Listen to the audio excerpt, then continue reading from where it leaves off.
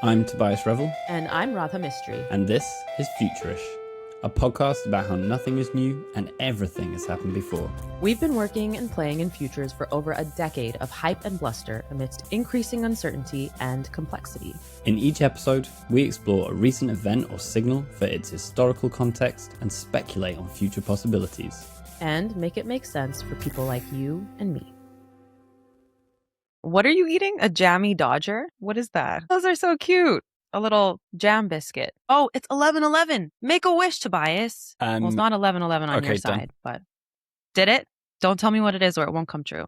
My wishes are very small, very basic wishes. I don't have big aspirations. I just have like quiet aspirations. Just want to be left alone, really. You know what? That is a sign of contentment, I feel like. Yeah. You don't yearn for anything. Yeah. You're happy where you are. You've got your cute little family in your cute little house with your cute little, what is it called? Solar system. What more could you want? Anyway, look, onto serious business now. Are you going to bum me out today? I'm not going to bum you out today. Actually, this one's quite exciting, I think.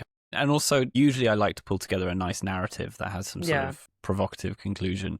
But this one was a bit more open-ended because I was just triggered a bit to explore something which was a space in my knowledge that I didn't really understand and felt that I needed to understand a bit more. But before we do that, some updates from the world. You may know, and I actually only found out the other day, that Trump is in on prediction markets. we speculated about how long it would take for Trump to get in on the prediction market biz. So this is very complicated. You'll forgive me because the word truth appears quite a lot in these brand names, but bear with me. So Truth Predict is in partnership with Truth.fi, which is like his digital finance platform that is connected to Truth Social. So users will earn Truth Gems for activity on Truth Social and Truth.fi, which is like the digital crypto platform, which can then be used to put bets on Truth Predict. And Trump Media CEO Devin Nunes said the integration of these platforms aims to, quote, democratize information and, quote, relevant for us, turn free speech into actionable foresight. So there you go. I don't like that one bit. Look out for Truth Predict. Aren't presidents not supposed to be like standing up new enterprises while in office? Absolutely I feel like not, there's a conflict of interest there. I don't know. Now, as we speak, in the middle of February, it has rained every single day in the UK.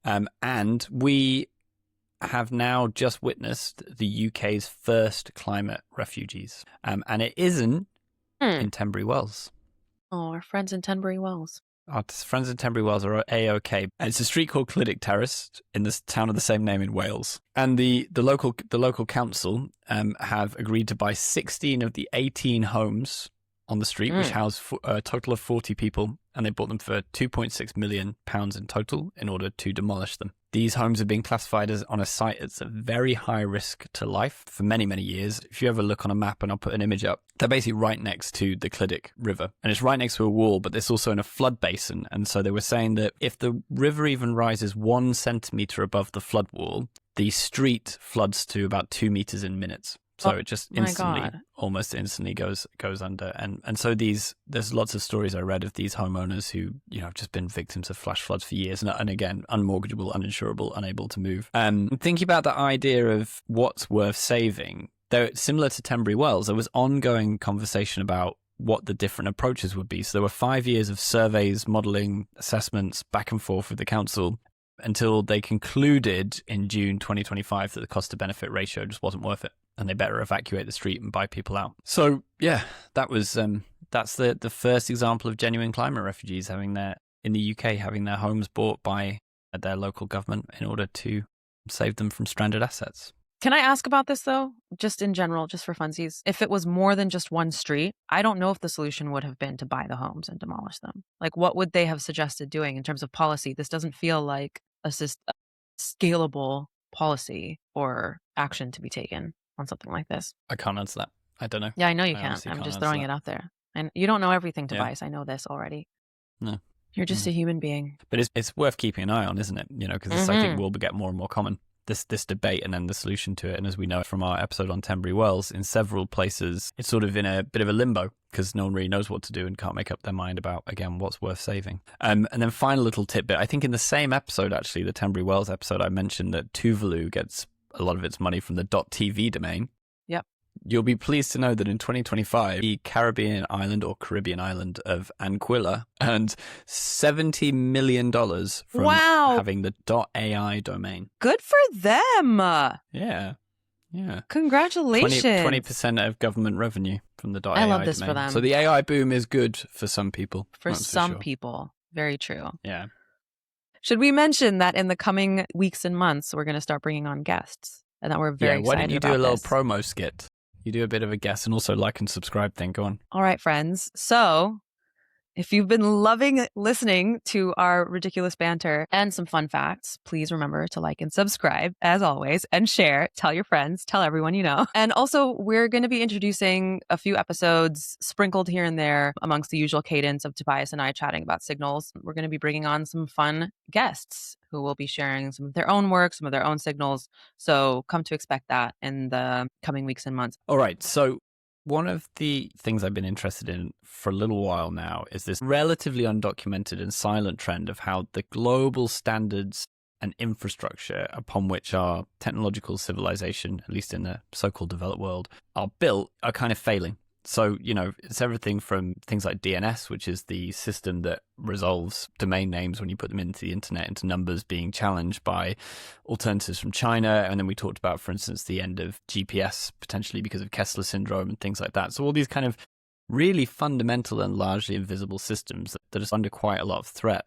And actually, GPS has been a lot more under threat in the last 12 months alone than it ever has done in its life. So GPS Global Positioning System is the network of satellites initially launched by the US government as a military operation, but now include 4 different systems, including Europe's Galileo system, which allow you to triangulate your position on the surface of the Earth, right, and to relatively position yourself. And it's on almost every device now, phones, watches, and importantly in a lot of vehicles. But over the last 24 months, there's been a massive uptick in GPS spoofing. So in other words, cyber attacks effectively on GPS to fake the coordinates and the position they're given. So aviation, for example, spoofing attacks on commercial flights were around 300 a day in January 2024. That had shot up to 1,500 a day by August 2024, mostly near war zones and conflict zones.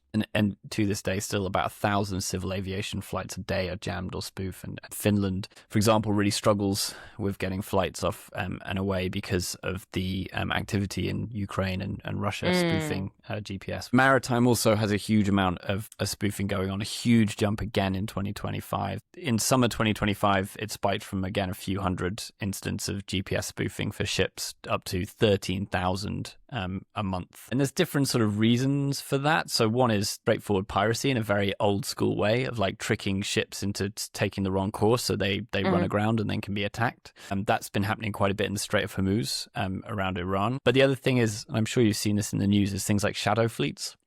And the increasing use of sort of dark cargo and oil tankers to move goods illicitly around the world. And they use spoofing not to fake their position, but to overload the monitoring systems. So they will rapidly jump the position of the ship around all over the place or put a load of ships into ports that require a lot of extra diligence, even though they're not actually there, in order to overwhelm the operators who are monitoring shipping traffic with all this fake positioning data.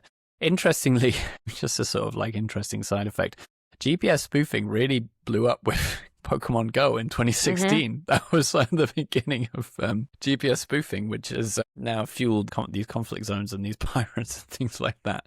But yeah, apparently this is a big thing in Pokemon Go, is people developing software and that could work around the inbuilt firmware and hardware in phones to fake the position of a user so that they could claim Pokemon that they weren't really there. But obviously, as well as working for navigation, GPS has a huge amount of applications that are kind of fundamental to our survival. So GPS synchronizes cell networks and power networks and trading systems and internet servers. It's used for surveys, maps, agricultural management, pinpointing for disaster relief. And so it's got all these applications. It's kind of embedded in our everyday life and in our society and in our global systems, but is proving to be increasingly fragile, whether that's because of systemic shocks like the potential for Kessler Syndrome, and you can listen to that episode to hear what that's about, or even these kind of on-device attacks that are increasingly coming as a result of global instability. And so people have proposed several alternatives, but they all kind of rely on similar technical sort of constraints, which means they're just as prone to jamming or spoofing because they're all connected in the same way. But this little alley of interest following the story about some pirates in the Strait of Hormuz opened up another avenue, which was around quantum sensing. Ooh, okay. Tell me more. Quantum sensing. Well, I feel like quantum technology and quantum sensing and quantum computing is something that we talk about and allude to quite a lot in Future's work, and we just sort of put it over there and say, well, quantum computing, that'll do something. I certainly don't feel like I have a very good understanding of what that actually is and what it actually means same. and what it actually looks like. And so, as I said, this isn't really like a neat story, but it gave me the chance to do a bit of a deep dive on what some of the recent advances in quantum sensing have been, which I'd be interested in your reflections on, effectively. And Well, to see once I learn what you it think. is, I'll tell you more about what I think about it. Luckily, I've got a ton of notes then, isn't it? I see that. I was like, if there was one episode I should have read the notes for beforehand, this would have been the one. But imagine if I just ended there and went, so... Can you imagine? So what do you think? And I'm going to talk really about quantum sensing rather than quantum computing. So that's the development of sensors that use quantum effects in order to model or track physical phenomena in different ways. Can I just read the AI overview of when you Google quantum sensing of what it tells you it is? I don't even think the freaking internet knows what this is. Quantum sensing utilizes atomic level quantum phenomena such as superposition, entanglement, and energy quantization to measure physical quantities like magnetic fields, gravity, time, and temperature with unprecedented precision. What does that mean? That's exactly what it is. What does that mean? But that's exactly what my point is. I was like, what does that mean? Like, I'm going to have to actually figure out what this actually means, what this actually looks like. And I think, for our purposes as a non-scientist and presumably a largely non-scientific audience, as lay people and presumably a lay people audience, it's really about the fact that the last 2 years have seen this enormous growth in the very near commercial application of these technologies. And there's starting to be a process of them getting towards commercialization and real world testing. So, as you described it, quantum sensors of different types are incredibly sensitive to physical effects like gravity, magnetism, passage of time, and they use quantum effects in order to check it. And so the first one, and this is where it relates to GPS, because this is what's being trialed as an alternative to GPS systems, because they're on a vehicle rather than connected to a system that can be spoofed, are quantum gravimeters. So in other words, a sensor that measures gravity and the amount of gravity there is. Now, gravimeters have been around for a while, but they're mechanical usually. So there's a weight on a spring, and basically, this is a really layperson explanation, but the amount of stuff underneath dictates the amount of gravity and therefore how far that weight is pulled down. We're talking like microscopic amounts of measurement, right? With a mechanical spring and a weight, right? But if you've got a big void underneath you, like you're sat on top of a massive cave or something, or you're sat on like a massive bit of volcanic iron, you would get different readings for the amount of gravity, which that mechanical sensor would be subtle enough to pick up. The problem with them is they wear the spring stretches inevitably because it's a physical component. They also have to be incredibly still because if there's any vibration at all, they're obviously going to pick up that vibration, that tiny spring. Right. And they drift because of all those effects. So the sensor readings sort of change over time. So they constantly need to be recalibrated. The difference with a quantum gravimeter uses a similar effect, but instead of having a physical weight, it uses lasers. And this is where it's going to get a little bit technical because there are lasers involved. It uses lasers. Okay. I'm with you first so far. To cool a cloud of atoms to near absolute zero. So until they're basically like, there's no energy at all in that space. And then splits them into a quantum superposition. So basically takes the same atom and puts it in two places at once. Quantum physics for you.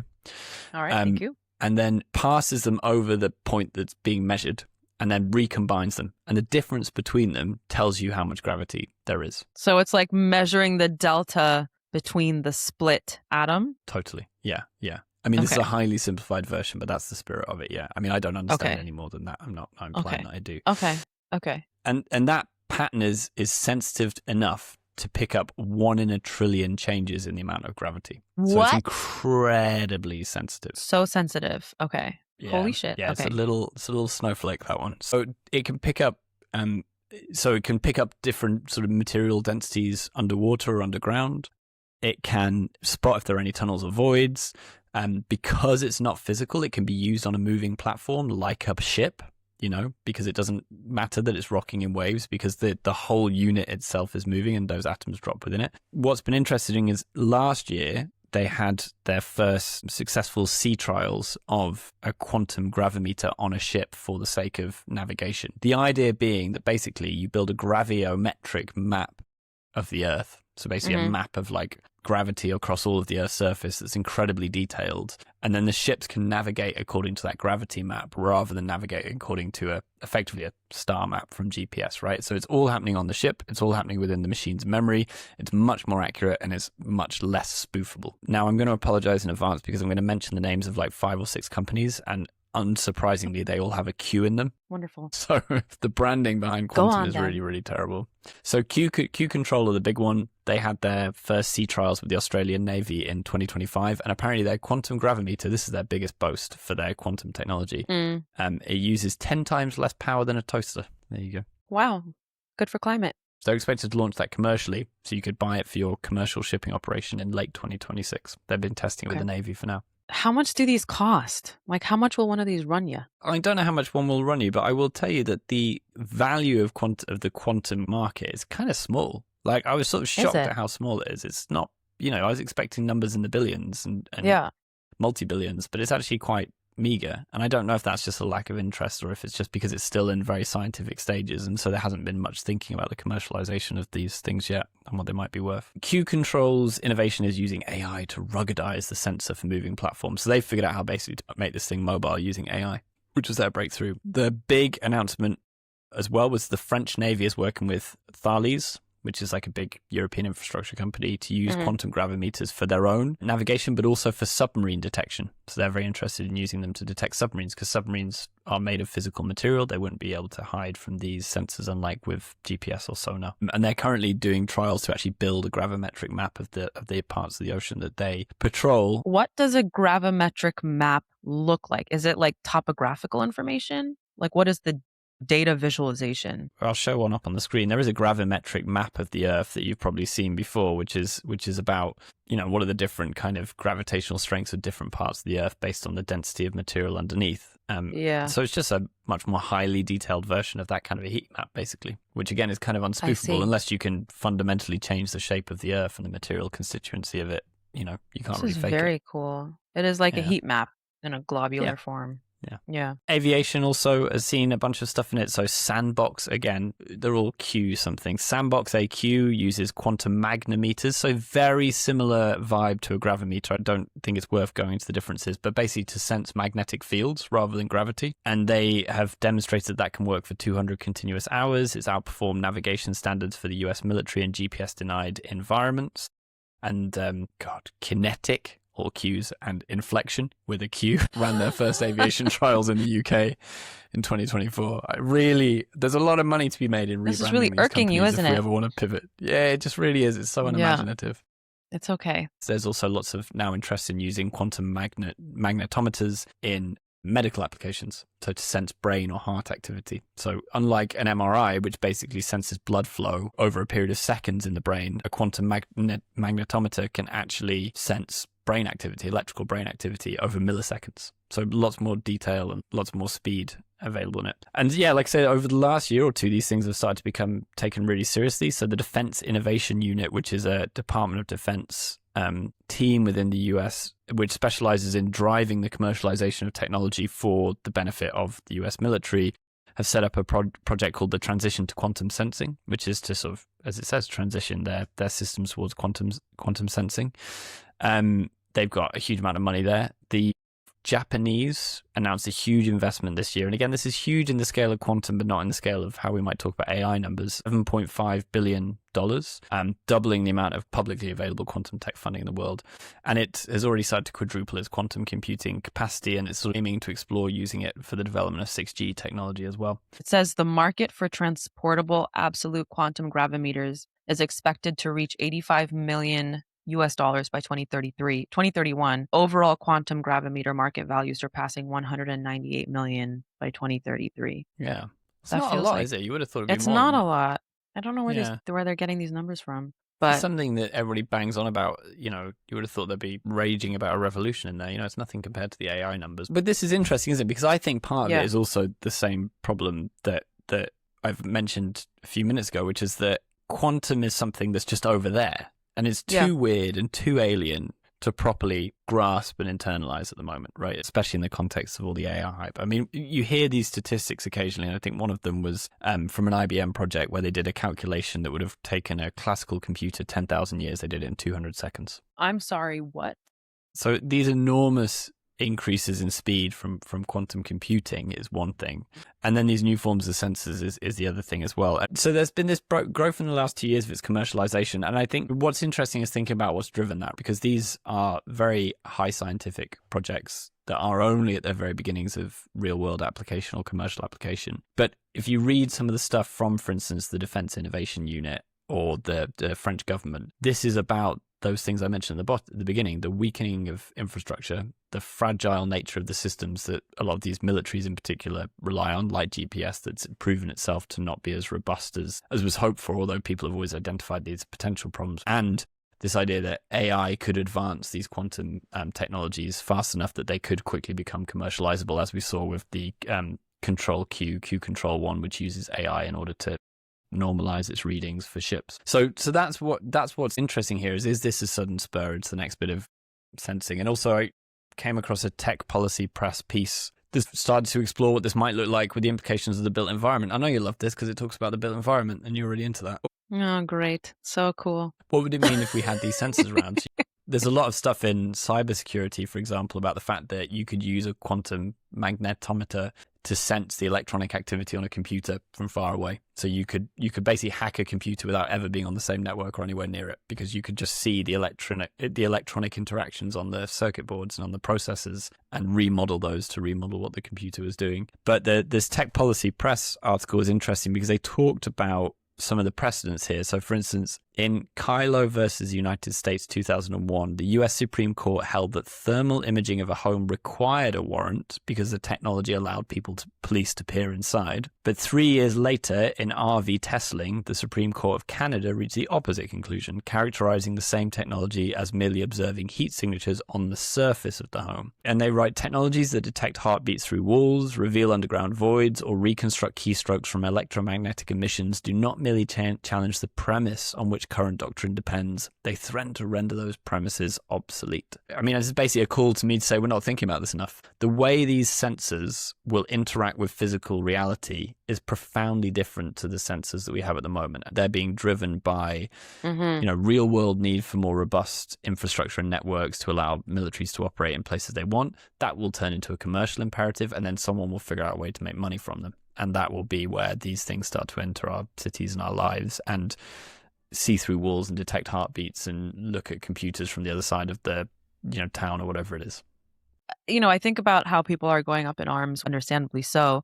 The one of the newer features on Instagram where you can see a friend's location anywhere physically around wherever they are. And there was a lot of women in particular brought it up as a safety issue of having potential stalkers or just like leaving themselves vulnerable to threat and things like that. And I can imagine this is 100 times worse than that because you also don't know whether or not you are being detected and where that is happening and what the level of fidelity is of that detection. This feels quite passive, actually. To me, is like mildly terrifying. Back in the day when we were thinking about autonomous vehicles and we were looking at kind of the emergence of AI and things like that, we would try to pull together, like, what is the headline we don't want to see in the newspaper 10 years from now or 15 years from now? And I think the question here is, like, what is the headline we don't want to see? And then perhaps on the other side of it, what is, if we don't want to just go down another path of doom and gloom, what is the opposite side of that? Because you did bring forward some things around like medical developments in healthcare and medicine. And the parallels, for instance, are like the X-ray. So the X-ray was discovered in 1895 and at the time was obviously seen as the highest of technology and part of this growing understanding of the atomic world and the world of radiation and things like that, and then associated with a lot of fear and anxiety about it. And now, we have probably saved so many lives through X-rays, right? We've taken it and we begin to take it for granted. And we have accepted that slight intrusion of privacy at the airport, for example, or whatever it is, as a necessary part of our safety culture. And so that's a kind of parallel where that technology is normalized and not really used nefariously. But the future anxiety that accompanies quantum technology is inevitably about security, and it's usually around quantum computing and encryption. Our computational world is based on electromagnetism and maths, and quantum is very good at going around both of those. So Yeah. it's very good at dealing with encryption because it can do lots of maths very, very quickly, as I mentioned earlier.